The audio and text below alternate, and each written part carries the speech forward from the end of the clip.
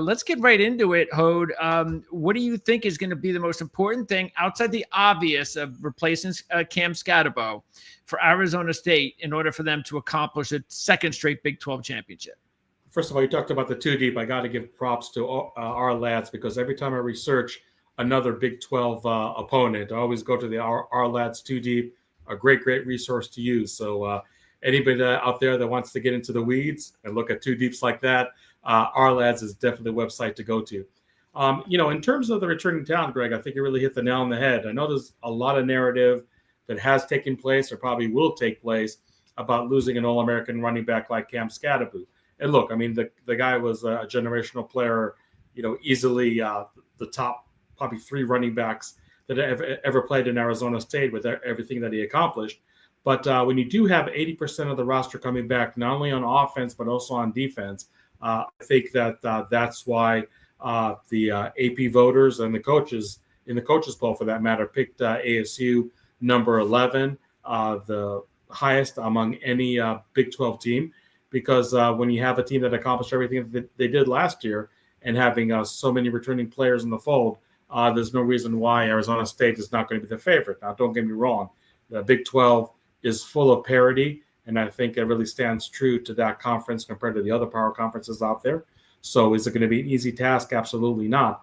But, in terms of Arizona State, I know that the low-hanging fruit aspect or burden of proof that they have is what does this offense look like without Cam Scatterbo? We know it's going to be running back by committee. We know it's going to be a challenge to replace the yards that Cam Scatterbo did leave behind. But I feel that the three running backs that they have, Kyson Brown, a returning player, Kanya Udo, a transfer from Army, somebody who rushed for over 1,000 yards for the Golden Knights, and having a guy like Raleek Brown, who sparingly played last year, but is a very, very athletic and shifty running back. Those are the three running backs that you're going to see in the backfield. Everybody brings a different flavor to the ground attack. So I think when everything does come together, I think this ground attack is going to be better than people anticipated being post Cam Scatterbo. And then you have the passing game. Sam Levitt is a preseason all Big 12. In my opinion, the best signal caller in the conference, Jordan Tyson. The primary wide receiver had over 1,000 yards last year. And when you just have, I think, one of the best quarterback wide receiver combos in the country, that could compensate if there are going to be some issues with the running game. But I think more importantly, the cast of characters in terms of the aerial targets, whether it's a deeper wide receiver group, definitely a deeper tight end group. I think this offense is going to have a different flavor, a different look than last year. But overall, there's no reason to think of why they cannot be as productive, if not more productive than last year. And then you look at the other side of the coin on defense. And as the old saying goes, defense wins championships. And you look at that, our lads too deep. You don't see too many names in yellow. And Nope. if you go to the Our Lads website on a consistent basis like I do, you know that is good news. That's a lot of returning talent. Oh, yeah. Not only starters, but also in the two deep. So this defense, in my opinion, has a very good chance of being the best defense we've seen this century in Tempe. So again, if you're talking about some challenges that the offense may encounter, just because of different personnel, maybe different approach, I think this is going to be a season where the defense is definitely capable and might be called upon to bail the Sun Devils out maybe a couple games this year. So overall, I think objectively speaking, there's a lot to be excited about the 2025 versions of Arizona State. Okay, so let's start on offense, and we might as well start at running back, because I think most people would look and see, okay, you bring in the running back from Army who had a big year, like you said, over 1,000 yards. And when you lose Scatterbo, normally people would just go, well, Udo's got to be the guy, right? Mm-hmm. But you just said it's going to be more of a committee. So yeah, out of the returning talent, and I know Kyson had the most yardage, but is there one of those backs just in your mind, from what you know, whether recruiting or just you've been around following these guys for a couple of years, do you think one of these guys is capable of being the guy that they think Udo could be? And if so, who do you think that is? Well, let's put it this way, Greg. I don't think the coaching staff is really going to ask any of those guys to be the bell cow. I don't think any I don't think the coaches are really expecting Kyson Brown or Kanye Udo, for that matter, to come even close on their own, producing what Cam Scatterbo produced last year. In terms of the two deep, I think, and I'm pretty much know that Kyson Brown is going to be the first one in the pecking order in terms of running back by committee, and Kanye Udo is going to be right behind him. Malik Brown can be that quote unquote third down back, even though he's a player that does a lot of damage on the perimeter, a lot of damage in the open field. He still can run between the tackles, quite well. I think Kyson Brown is going to be the running back that may be not so much the featured back only in short yardage or only in pass protection. I think when there's going to be short yardage situations, there's a chance you might see Kanye Udo in there more than a Kyson Brown or a Malik Brown. Another thing you keep about Kanye Udo is that he did have a tough acclimation, did have kind of a rough spring practice, but to his credit, in fall camp, we're seeing a whole different player. And I think Kanye Udo, coming from that triple option like offense at Army, really had a lot of adjusting to do, because this is obviously a pro style offense. So now that he has a better understanding of the offense, we've seen a very, very competent running back, and the running back that we expected to see, being a 1,000+ yard rusher. So, again, the pecking order will be Kyson Brown, Kanye Udo, Malik Brown, and I don't expect any of the three to have a significant number of carries / yards more than the other two. All right. And moving on, we're staying with the offense. You talked about Tyson. So I think a lot of people outside Arizona State just forget how important Tyson was and how good Tyson was last year for being such a young player. And then the injury happened. And then at that point, again, going into the big matchup, the big playoff matchup, there were a lot of people who felt, not only was it just Arizona State, Texas, but it was like, there's no Tyson. I mean, come on. I mean, there's just no way. They're just completely handcuffed. And obviously that wasn't the case, but now they get Tyson back. So I'm assuming there's big things expected from him as long as he's healthy. And then they also add in, of course, this Jalen Moss kid from Fresno State, who looks to be pretty consistent, actually. He has been over his first two seasons, pretty consistent numbers the first two, 103 receptions, 1,269 yards, and 10 touchdowns. Yeah, Jordan Tyson showed quite a bit, both in spring practice and fall camp, that he can be that alpha dog in the passing game. There's no reason to see him slowing down or taking a step back. A lot of maturity took place also off the field for Tyson, and I think that really helped his development. The chemistry between him and Sam Levitt is only going to be better in 2025, so that's going to be a huge piece. But to your point, yes, the cast of characters around Jordan Tyson is definitely good enough that if defensive backs or defenses in general are going to pay extra attention to Tyson, don't get me wrong, he definitely rightfully commands that extra attention, then you definitely have some other wide receivers that are capable, if given one-on-one coverage, to be just as effective as Tyson. Like I said, Jalen Moss, he is going to be the slot receiver. Had a solid career at Fresno State. Ironically, in 2023, when Fresno State laid the hammer on ASU 29-0 at home, Jalen Moss scored one of those touchdowns. So, he feels very comfortable on the home field for Arizona State. Malik McClain is an interesting story because he's a transfer from Penn State, came last year, did redshirt just because he had some family issues and wasn't able really to go through an entire fall camp. Okay. So he did redshirt. And if you recall, there was a new rule, which I think only went into effect last year, that if you're redshirting for a non-medical reason, you're allowed to play in the postseason. So Malik McClain was able to contribute in Jordan Tyson's absence. To your point, was able to contribute both in the Big 12 championship game and in the Peach Bowl playoff game against Texas. And in fall camp and even going back to spring, we've seen a wide receiver that is definitely capable to be quite the weapon for Sam Levitt and the Sun Devils. Okay. But the player that I really think that had an outstanding fall camp, and again, continuation of spring practice too, is Jaron Hamilton. Big battle between him and Malik McClain. Who's going to be that number 3 wide receiver? He's just a very interesting story, Greg, because he played, I think, only 6 games in 3 years at Alabama.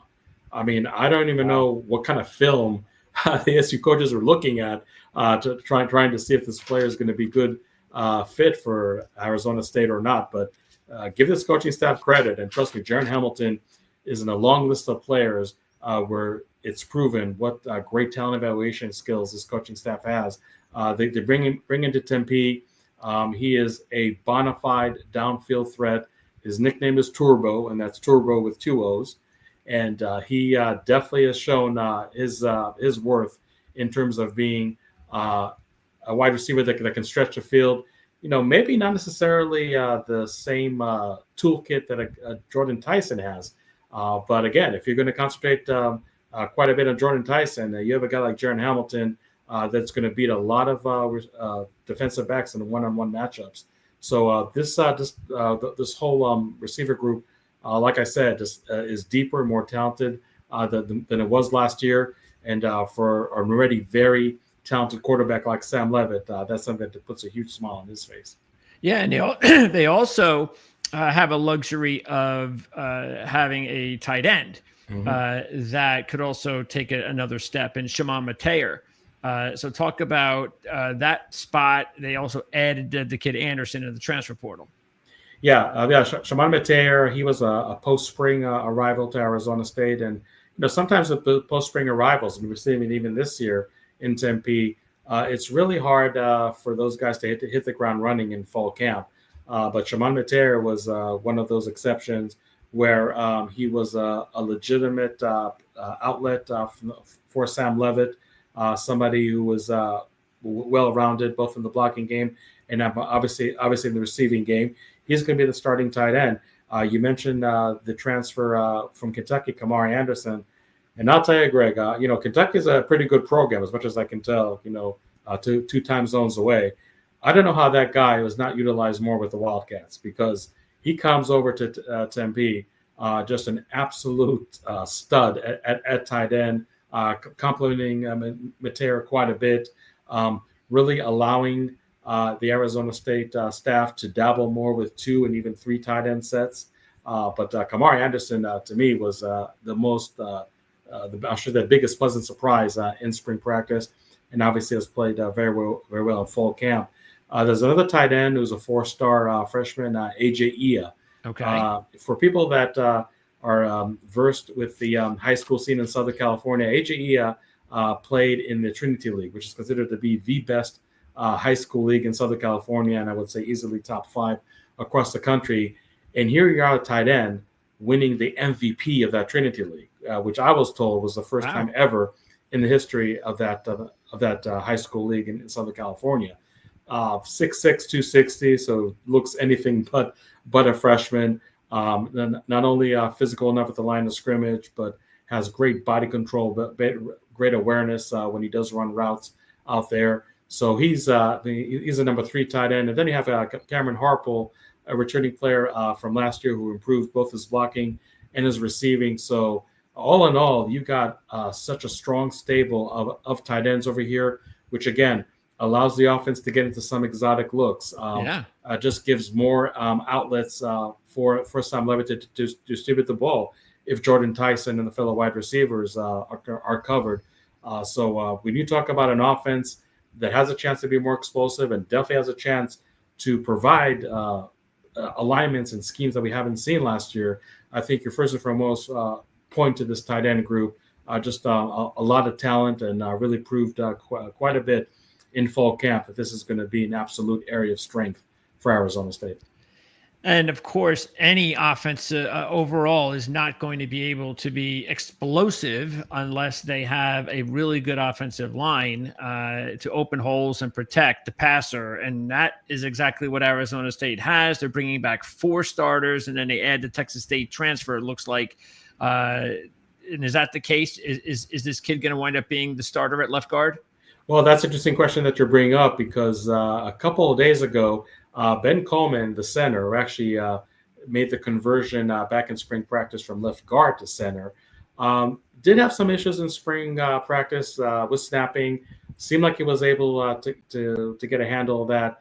And then in fall camp last week, those issues kind of resurfaced. Ah, So one player who I don't know if they're listed all the way to the right, but at least not listed on this screen, is Wade Helton, redshirt freshman. Ironically, did prep in Southern California, Corona Centennial, one of the powerhouses in that area. Did choose Iowa State by a hair over Arizona State a couple of years ago when he came out of high school, and after playing with the Cyclones 1 year, and actually did redshirt, I should say, he did decide to transfer to Arizona State with his twin brother Brent. So Wade Helton, actually just a couple of days ago, for the first time, was getting first team reps at center, which actually moved Ben Coleman to his old role of left guard. And by the way, I should say the Texas State transfer Jameto Obigbo was listed at left guard here on the screen. He actually did perform really well. But for the coaches, it's simply finding the best five and really trying to still go through the decision process, which you're going through as we speak. Is Ben Coleman better suited at center or actually suited at left guard? But any way you slice it, there are going to be four returning starters on this offensive line. So again, when folks are wondering how's this running game going to look like without Cam Scadaboo, I think Cam Scadaboo will be the first one to tell you that offensive line was a big part of his success last year. And when you have four returning starters from that group, there's no reason to think that the other running backs on the roster these days cannot be successful as well. So really the only question mark that exists on the offense, and really I would say on the entire team, looking at starter roles, is it going to be Wade Helton, the redshirt freshman, the transfer from Iowa State, or is it going to be Ben Coleman, which really was the plan when fall camp began? well, this is exactly why we love having you on to talk about Arizona State, so we can make these adjustments on the depth chart and also just educate us as best you can to give us the best information possible to make observations the way we need to. So awesome job there, Hod. Let's now move on to the defense. And again, it looks like almost everybody is returning as far as holdovers from last year. I see a lot of seniors there, juniors, upperclassmen, left and right. Even the transfer, Breedlove, is a senior too. So this is a very experienced defense. Do they have and just looking at the defense overall, I know I know they have a good defensive tackle, a good linebacker in Elliott, two good safeties.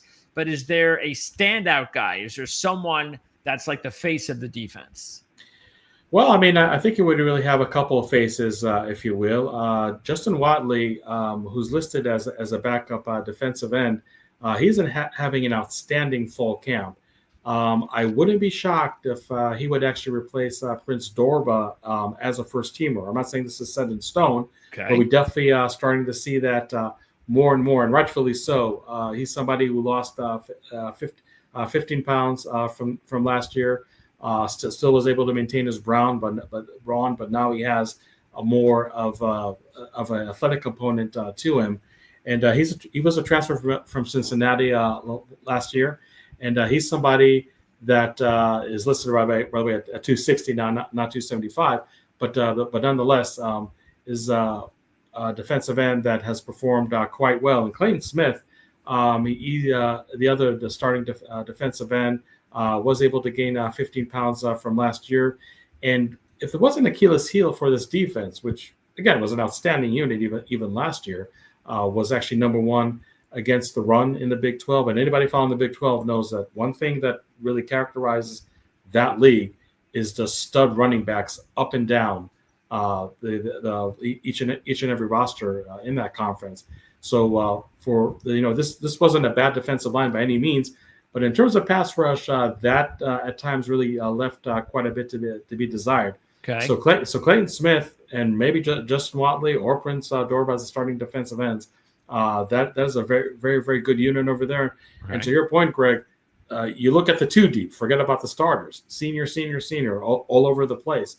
So this defensive end group, its entire two deep. No matter who's going to start, who's going to come off the bench, are all seniors.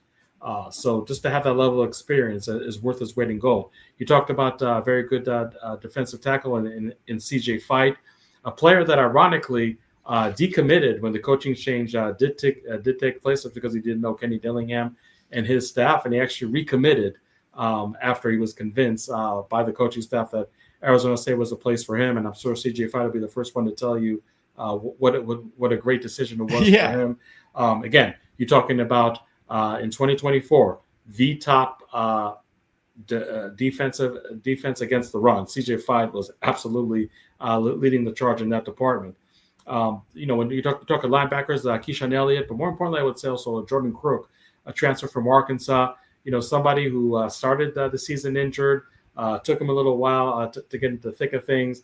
But I would say in the second half of the year, I don't know if there was any better player on either side of the ball than Jordan Crook. So he's complimenting Keyshawn Elliott quite a bit. Maybe one of the faces on the defense is free safety Xavier Alford, somebody who played at Texas, played at USC, was a transfer actually back in 2023. And if you remember that whole controversy about players that thought they had the immediate eligibility, and the NCAA came in last minute, just weeks before the season started, and did not allow players like Xavier Alford to be immediately eligible.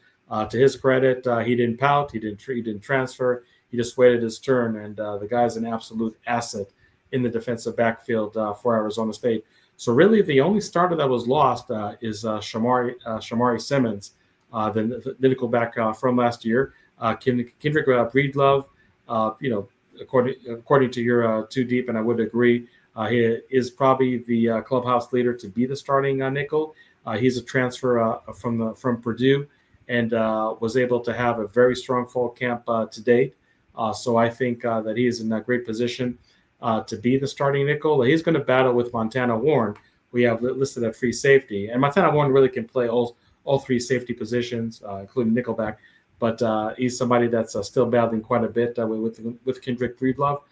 So again, there's just so much experience coming back on this defense that I expect them to really be able, in terms of the football IQ perspective, really to throw a lot of wrinkles at offenses out there.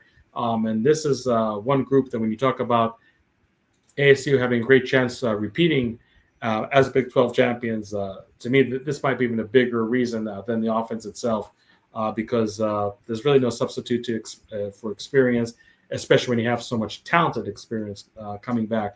And again, you look at this defense, just up and down the roster, there's a lot to be excited about. Do they have a shutdown corner? Do they have a guy that they say, okay, we're facing a really good receiver here this week, this guy has to be on that guy? Yeah, I mean, I think that both corners are really capable of being shutdown corners, like Keith Abney II and Javon Robinson. I think they proved quite a bit, again, without the luxury of having a stellar pass rush on the front line to play really, really well. Now, sure, we can look at the defensive statistics. Yes, ASU was not ranked as high in passing defense as they were in run defense, but that's simply because teams just could not run on Arizona State. Yeah. And really, I don't think in any of the losses for the Sun Devils, you can really pin it on poor secondary play.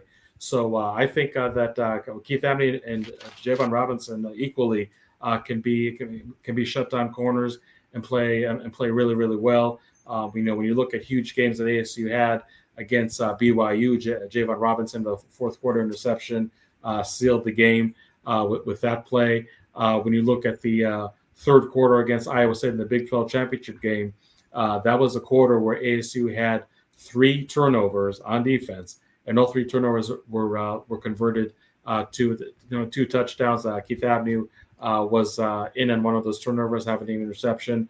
So you have talented cornerbacks that definitely know when to come up in big games. So again, when you talk about just a very talented defense, the cornerbacks are hardly the Achilles heel of this group.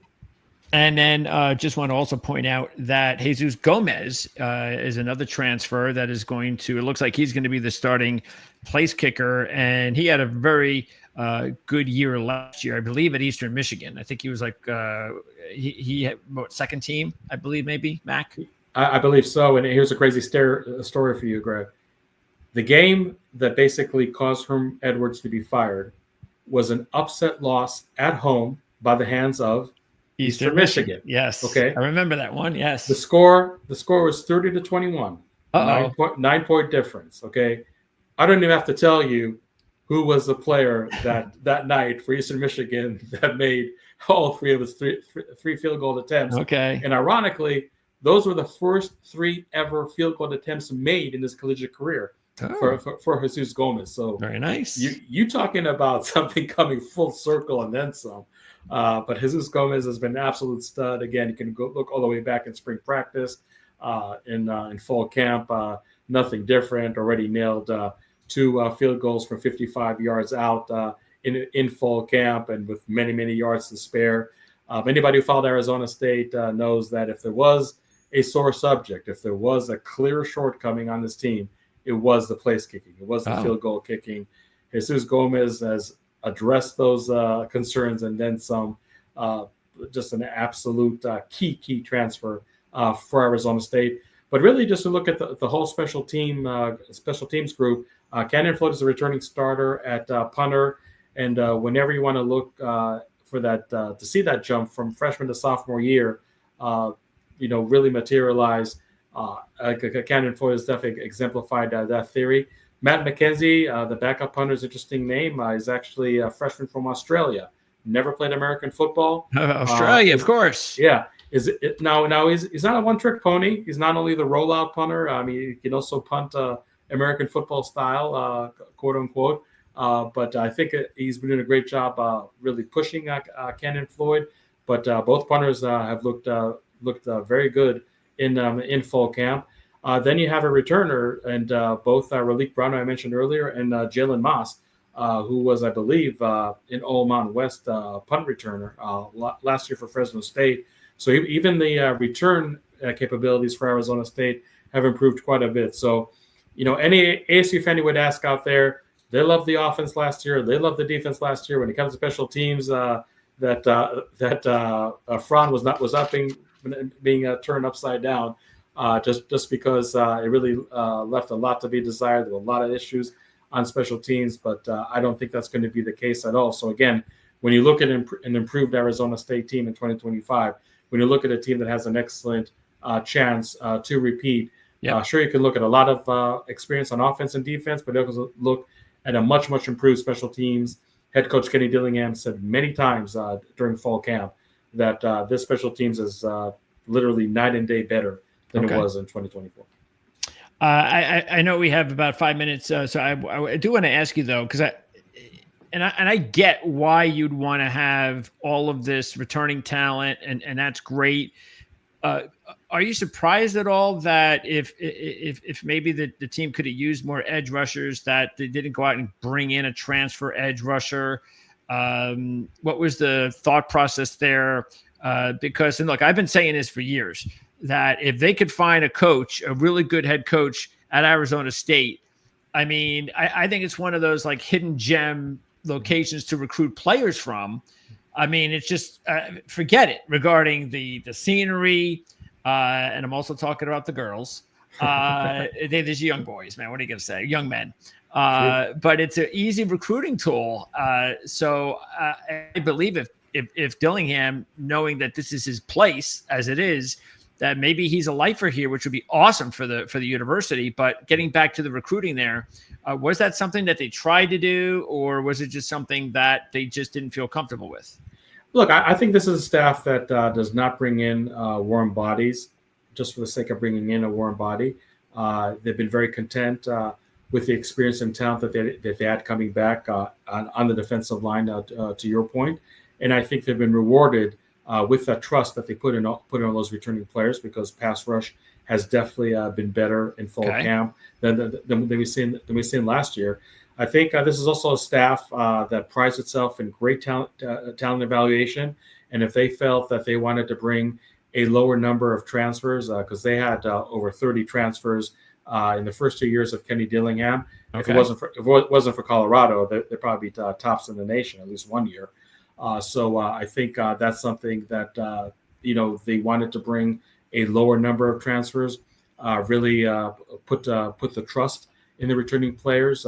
They take a lot of pride in not being the school that pays out NIL and with ridiculous levels. But on the other hand, when they have such a high roster retention, obviously there's something to be said about the team culture, the chemistry, absolutely, the comfort level that the players the players have with the coaches, and vice versa.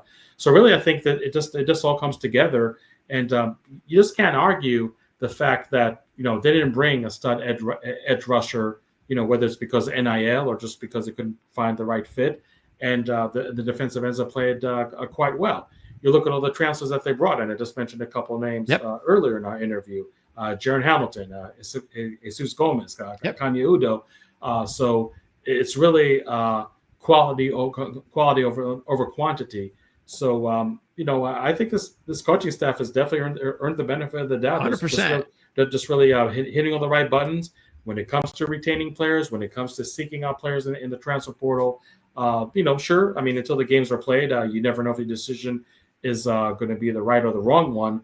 But if you're looking at the early returns of fall camp, I think in terms of players they retained, in terms of players that they brought in as transfers, they definitely have a lot many bullseyes than they have whiffs. Okay, two more things I want to get to. I want to, first of all, ask you to give me a breakout player for both sides of the ball. Somebody that was a holdover from last year's team that you think is going to take that next step. And I know you've already talked about a couple of guys like Wadley at edge. So give me a player on offense and defense that you think could be a breakout player. Justin Wadley. I mean, right now I think it's just too easy of a selection. Okay. On defense, time will tell if it's actually going to be just an every Saturday starter or just be first man off the bench at defensive end. But the full camp that he's having, it's just hard for him to see not playing at a high level in 2025. So that would be my breakout player on defense. And don't get me wrong. I mean, it's not like he was, chopped liver in 2024, but in 2025, he's ready to take it to the next level. On offense, a player that I mentioned, wide receiver Malik McClain, again, did redshirt for non-medical reasons, was able to play in the postseason, and I think showed more than a couple flashes there. Strong spring, strong fall camp, is having a very talented wide receiver, Jaron Hamilton, breathing down his neck and then some, and he's still able to hold his own. He's still able to be a great outlet for Sam Levitt.